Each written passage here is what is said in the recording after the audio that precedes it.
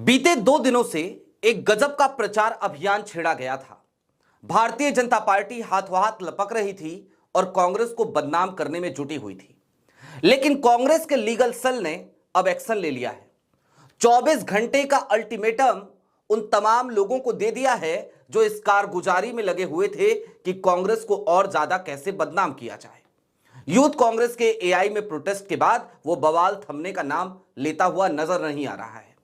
और जब भारतीय जनता पार्टी की ये वाली चाल या ये वाली स्क्रिप्ट या ये वाला नैरेटिव काम करने में विफल दिखाई देने लगा कि कांग्रेस ने, यूथ कांग्रेस ने वहां जाकर के देश की बदनामी करी है, देश की साख गिराई है, तो एक नई स्क्रिप्ट लिखी गई।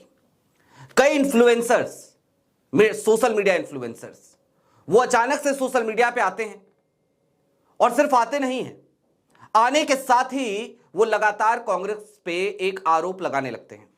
वो कहते हैं कि कांग्रेस की पीआर टीम ने उनसे संपर्क किया, उनको पैसों का ऑफर दिया और उसके बाद उनसे कहा गया कि वो एआई समिट को बदनाम करें। लेकिन सच्चाई क्या है? कांग्रेस के लीगल सेल ने क्या अल्टीमेटम दिया है और अब आगे क्या होने जा रहा है? सारी बातें जरा विस्तार से करेंगे। नमस्कार, मैं स्वप्निल और आप मुद्दा देख रहे हैं। दोस्तों, आगे बढ़े उससे पहले वही छोटी सी अपील। मुद्दा इन दिनों एक गंभीर आर्थिक संकट से जूझ रहा है। एक तरफ हमारे मेन बैंक अकाउंट्स फ्रीज चल रहे हैं, तो दूसरी तरफ हमारे 2.5 साल पुराने चैनल को हमसे लंबे समय तक छीन कर रखा गया था। ऐसे में डे टू डे ऑपरेशंस में मुद्दा को काफी मुश्किलों का सामना करना पड़ता है। लिहाजा आपसे गुजारिश है, यदि आप चाहें तो स्क्रीन पर दिख रहे क्यूआर कोड या फिर के नीचे दिख रहे यूपीआई नंबर के जरिए मुद्दा की छोटी छोटी मदद जरूर कीजिएगा। अब आगे बढ़ते हैं और सबसे पहले तो जरा यह समझने की कोशिश करते हैं कि किस तरीके से एक फेक नैरेटिव फिर से गढ़ने की कोशिश भारतीय जनता पार्टी के इकोसिस्टम ने या फिर कि उसके आईटी सेल ने करी थी। मसलन आपकी स्क्रीन पर मैं सबसे पहले बारी बारी से 3 स्क्रीनशॉट्स दिखा देना चाहता हूं। आपकी स्क्रीन पर पहले स्क्रीनशॉट, एक धूर दक्षिणपंथी मीडिया घराना एआई समिट में शर्टलेस ड्रामे के बाद अब पेड प्रोपेगेंडा पर उतरी कांग्रेस। बदनाम करने के लिए दे रही मुंह मांगी कीमत, सोशल मीडिया पर इन्फ्लुएंसर्स ने ही खोली पोल। दूसरी खबर इंडिया टीवी की, बीजेपी का बड़ा आरोप, एआई समिट को बदनाम करने के लिए कांग्रेस ने इन्फ्लुएंसर्स को दिए पैसे के ऑफर्स, साजिश के कई वीडियो आए सामने। तीसरी खबर वन इंडिया की, वायरल वीडियो, कांग्रेस अपने चमचों से प्रोपेगेंडा चलवाए, इन्फ्लुएंसर्स ने पीएम मोदी को बदनाम करने का ऑफर ठुकराया। अब ये कौन कौन से इन्फ्लुएंसर हैं आज की तारीख में मैं सबका नाम नहीं लूंगा, लेकिन हां, दिक्कत तो यही है कि ये इन्फ्लुएंसर्स, जब इनके बारे में आप जानेंगे तो आपके पैरों के नीचे से जमीन खिसक जाएगी। कुछ ऐसे हैं जिनके महज 10,000 फॉलोअर हैं, कुछ ऐसे हैं जिनके महज 5,000 फॉलोअर हैं।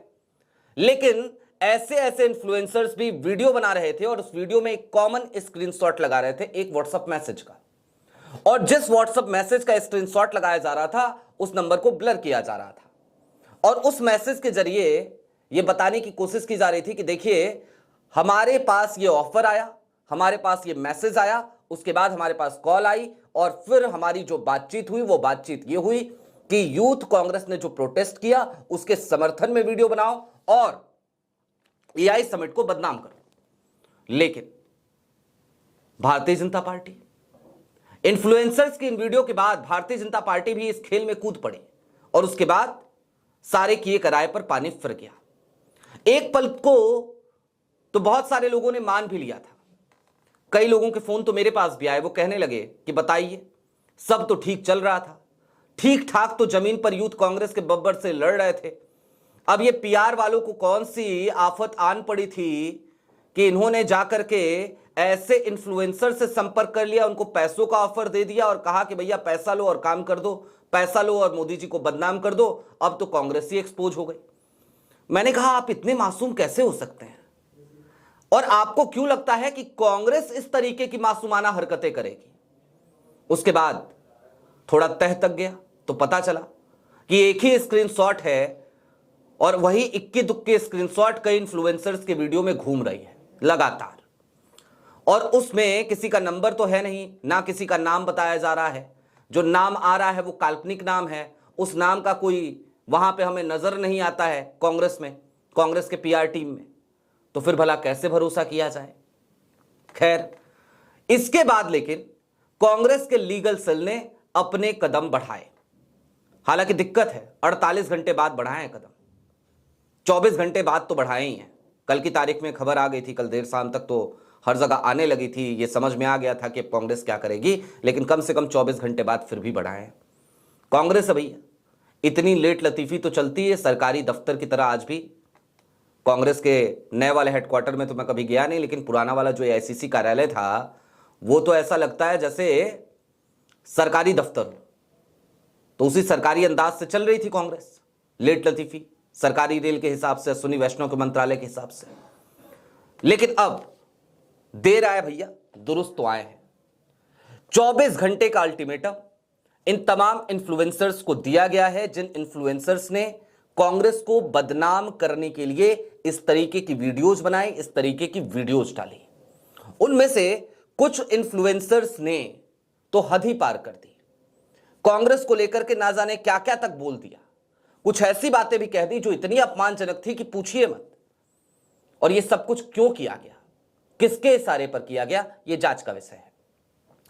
और अभी भी देखिए कांग्रेस का लीगल सेल भी कितना डेमोक्रेटिक है, कोई केस नहीं दर्ज करा रहा, कुछ नहीं कर रहा। भाई आपकी 3 राज्यों में सरकार है, वहीं पर जाकर के केस दर्ज करा देते।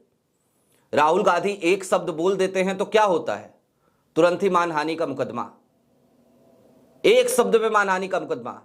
एक मानहानि के मुकदमे में सदस्यता गवा चुके हैं, दूसरे मानहानि के मुकदमे में क्या होगा क्या नहीं होगा पता नहीं है। सुल्तानपुर में अभी पेश होकर के आए हैं, जमानत के लिए अगले दिन ही 1500 किलोमीटर दूर महाराष्ट्र के भिवंडी जाना पड़ा था। तो ये हाल चल रहे हैं। उसके बावजूद कांग्रेस का देखिए डेमोक्रेटिक सेटअप, 24 घंटे का अल्टीमेटम है और ये कहा गया है कि 24 घंटे में वीडियो डिलीट कर दीजिए, बस वीडियो आप डिलीट कर दीजिए, हम भूल जाएंगे। लेकिन हां, ये डेमोक्रेटिक सिस्टम भी काबिले तारीफ है। वो इन्फ्लुएंसर्स क्यों कर रहे थे, किसके इशारे पर कर रहे थे, ऐसा लग रहा है जैसे कांग्रेस ये सोच करके उनको माफ कर रही है कि चलो भैया शायद हम माफ कर दें तो सद्बुद्धि आ जाए। लेकिन फिर भी कांग्रेस की इस मासूमाना हरकत पर या उसकी लीगल सेल की इस मासूमाना हरकत पर मैं एक बात जरूर चलते चलते कहना चाहूंगा, कांग्रेस को समझना चाहिए कि ये वो वाला इकोसिस्टम है जो मानता ही नहीं, ये वो वाला इकोसिस्टम है जो सुधरेगा ही नहीं। आज आप इन्हें माफ करोगे, कल ये फिर ऐसी ही कोई हरकत करेंगे, कल फिर आपको तकलीफ होगी, कल फिर आप इसी तरीके से वार्निंग दोगे, कल फिर ये अपनी वीडियो डिलीट कर देंगे। दूसरा, उनको पता है उनके साथ सत्ता खड़ी है, सरकार खड़ी है। आपकी पुलिस आती है यहां पर यूपी में या देश के किसी भी ऐसे राज्य में जहां पर कि भारतीय जनता पार्टी की सरकार हो, चाहे आपकी कर्नाटक की पुलिस आ जाए या हिमाचल की आ जाए या कहीं की आ जाए, क्या एक बार भी किसी ऐसे व्यक्ति को जिसके खिलाफ वहां पे एफआईआर दर्ज हुआ हो आप लेकर के जा पाए हो अपने साथ ट्रांजिट रिमांड पे? जवाब है नहीं। लेकिन यहां देखो, आपके कार्यकर्ताओं को आप ही के राज्य से पुलिस उठा लाती है और खूब पीआर चलता है कि भैया 24 घंटे तक हिमाचल पुलिस परेशान करती रही, रात भर ड्रामा चलता रहा। अरे उस ड्रामे से हासिल क्या हुआ, क्या हो गया? आपने कानून का पालन किया। लेकिन आप किनके सामने कानूनों का पालन कर रहे हो? जो लोग कानून मानने को तैयार नहीं है। आप किनको दूसरा मौका देना चाह रहे हो जो दूसरा मौका डिजर्व नहीं करते? जरा सोचिए ना, ऐसे लोगों की सोच किस तरीके की जहरीली सोच होगी जो सिर्फ और सिर्फ इसलिए झूठ बोल रहे हैं क्योंकि भारतीय जनता पार्टी अपना नैरेटिव सेट नहीं कर पाई। तो चलो एक नया तरीका यह है, इस नए तरीके और तरीकेकार से कांग्रेस के खिलाफ एक नैरेटिव बना देते हैं कि कांग्रेस तो वाकई में एआई समिट को बदनाम करना चाह रही थी, देश की बदनामी करना चाह रही थी। यही तो था ना मकसद, इससे ज्यादा तो कोई मकसद नहीं था। अब इन तमाम इन्फ्लुएंसर्स को नोटिस गया हुआ है, अल्टीमेटम मिला हुआ है। जो डिलीट कर देंगे उनको कांग्रेस बख्श देगी, जो नहीं करेंगे उनके खिलाफ केस दर्ज होगा, उनके खिलाफ मुकदमा होगा, लीगल एक्शन लिया जाएगा। लेकिन हां, एक बात तो है, यूथ कांग्रेस की इस प्रोटेस्ट और इस प्रोटेस्ट के बाद कांग्रेस आला कमान का यूथ कांग्रेस के सपोर्ट में जाकर खड़े हो जाना।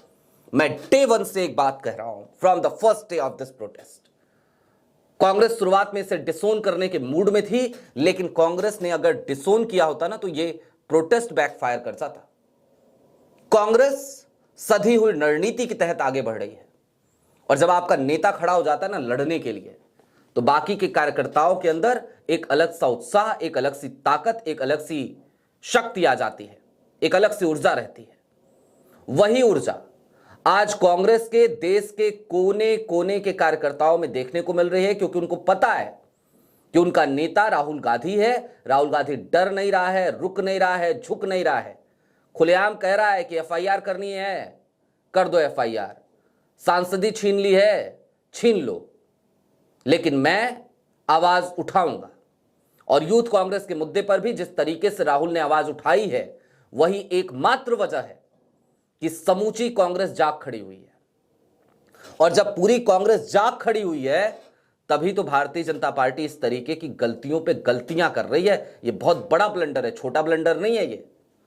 क्योंकि जरा सोचिए, अगर ये साबित करने में कांग्रेस कामयाब हो गई, या कुछ इन्फ्लुएंसर्स ने भी वीडियो डिलीट कर दी और इस नोटिस के आधार पर डिलीट कर दी कि भाई आपने झूठ बोला है, आप डिलीट कीजिए, और नहीं करेंगे तो हम केस करेंगे और केस में आपका झूठ पकड़ा जाएगा, इस तरह से डिलीट कर दी, तो भारतीय जनता पार्टी का ये झूठा इकोसिस्टम, जो कई बार वैसे भी बेनकाब हो चुका है, लेकिन इस बार जब बेनकाब होगा ना तो उसका असर दूसरा होगा। भाजपा का ये षड्यंत्र ही भाजपा को बैकफायर कर जाएगा, क्योंकि भारतीय जनता पार्टी आज की तारीख में बैकफुट पर चल रही है। आपकी क्या राय है कमेंट बॉक्स में जरूर बताइएगा। अभी के लिए दीजिए इजाजत।